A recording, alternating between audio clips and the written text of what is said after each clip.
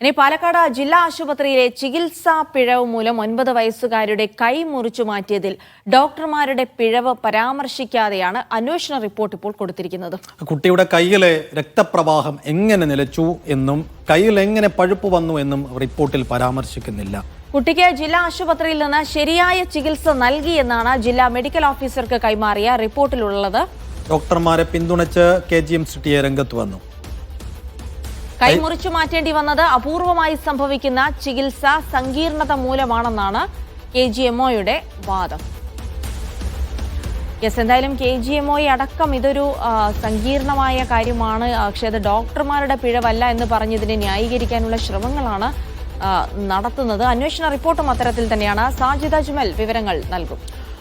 സാജിദ്, എന്താണിപ്പോൾ ഈ അന്വേഷണ റിപ്പോർട്ട് ഈ രീതിയിൽ പുറത്തു വരാനുള്ള ഒരു സാഹചര്യം നമ്മൾ മനസ്സിലാക്കുന്നത്? അപ്പോൾ ഡോക്ടർമാരെ പൂർണ്ണമായും വെള്ളപൂശിക്കൊണ്ട് ആശുപത്രിയുടെ ഭാഗത്ത് യാതൊരു വീഴ്ചയും സംഭവിച്ചിട്ടില്ല എന്ന രീതിയിൽ ഒരു റിപ്പോർട്ട് തയ്യാറാക്കിയത് എങ്ങനെയാണ്? ഈ റിപ്പോർട്ടിനെ ആ കുടുംബം എങ്ങനെയായിരിക്കും കാണാൻ പോവുക? ഇനി എന്താണ് സംഭവിക്കാൻ പോകുന്നത്? സൈഫുദ്ദീൻ ജിൽസി 9 വയസ്സ് മാത്രം പ്രായമുള്ള കുട്ടിയാണ് കളിക്കുന്നതിനിടെ വീഴുകയും കൈയിൻ്റെ എല്ല് പൊട്ടുകയും ചെയ്യുന്നത്. സ്വാഭാവികമായും എല്ലാവരും ചെയ്യുന്നത് പോലെ ആശുപത്രിയിൽ എത്തുകയും പ്ലാസ്റ്റർ ഇടുകയും ചെയ്തു. ഈ ദിവസങ്ങൾക്ക് ശേഷം ആ കുട്ടിയുടെ കൈ പഴുക്കുകയും അത് മുറിച്ചു മാറ്റേണ്ട ഒരു സാഹചര്യത്തിലേക്ക് എത്തുകയും ചെയ്തു. ഇത് വാർത്തയായതിന് പിന്നാലെയാണ് DMO ഒരു അന്വേഷണം പ്രഖ്യാപിക്കുന്നത്. ഈ അന്വേഷണ റിപ്പോർട്ടാണ് ഇപ്പോൾ DMOക്ക് കൈമാറിയിരിക്കുന്നത്. അന്വേഷണം നടത്തിയത് പാലക്കാട് മെഡിക്കൽ കോളേജിലെ orthopaedics assistant professor doctor Siju KM, Ottapalam taluk ആശുപത്രിയിലെ orthopaedics junior consultant doctor Jauhar KT എന്നിവരാണ്. ഇവർ ഈ ചികിത്സിച്ച ഡോക്ടർമാരോടും അതോടൊപ്പം തന്നെ പാലക്കാട് ജില്ലാ ആശുപത്രിയിലെ ഓർത്തോ വിഭാഗം മേധാവിയുടെയും മൊഴിയെടുത്ത് അങ്ങനെ 4 ഡോക്ടർമാരുടെ മൊഴിയുടെ അടിസ്ഥാനത്തിലാണ് ഈ റിപ്പോർട്ട് തയ്യാറാക്കിയിരിക്കുന്നത്.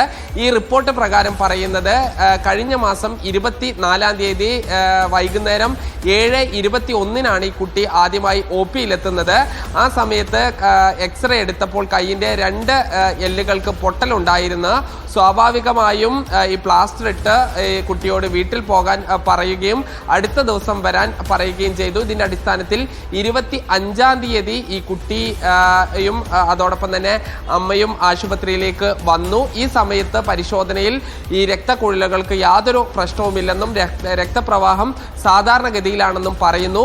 എന്നാൽ 5 ദിവസത്തിന് ശേഷം വന്നതോടുകൂടി കുട്ടിയുടെ ഈ കൈ പഴുത്തിരിക്കുന്ന ഒരു അവസ്ഥയായിരുന്നു ഉണ്ടായിരുന്നത്. അന്ന് കാർഡിയോളജിസ്റ്റുമായി സംസാരിച്ചതിന് ശേഷം കോഴിക്കോട് മെഡിക്കൽ കോളേജിലേക്ക് റെഫർ ചെയ്തു എന്നാണ് പറയുന്നത്. പക്ഷേ എങ്ങനെയാണ് ഈ 9 വയസ്സ് മാത്രം പ്രായമുള്ള കുട്ടിയുടെ കയ്യിൽ ഈ രക്തഓട്ടം പൂർണ്ണമായി നിലച്ചത്? ഈ എല്ലൊടിഞ്ഞു കഴിഞ്ഞാൽ എങ്ങനെയാണ് രക്തഓട്ടം നിലയ്ക്കുക തുടങ്ങിയ കാര്യങ്ങൾക്ക് യാതൊരു മറുപടിയും ഈ അന്വേഷണ റിപ്പോർട്ടിലില്ല.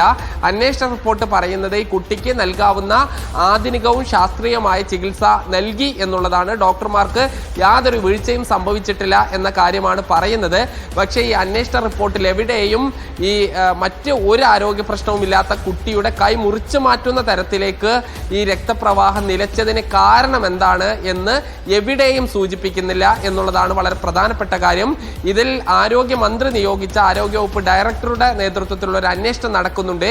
ഈ അന്വേഷണത്തിലെങ്കിലും ഈ ഒരു കാര്യം കണ്ടെത്തുമോ എന്നുള്ളതാണ് ഇനി അറിയാനുള്ളത്. കുട്ടികളുടെ മാതാപിതാക്കളുടെയും അതോടൊപ്പം തന്നെ കോഴിക്കോട് മെഡിക്കൽ കോളേജിൽ നിലവിൽ ചികിത്സിക്കുന്ന ഡോക്ടർമാരുടെയും മൊഴിയെടുക്കും എന്നുകൂടി ഈ ആരോഗ്യവകുപ്പ് ഡയറക്ടറുടെ നേതൃത്വത്തിലുള്ള സംഘം അറിയിക്കുന്നുണ്ട്.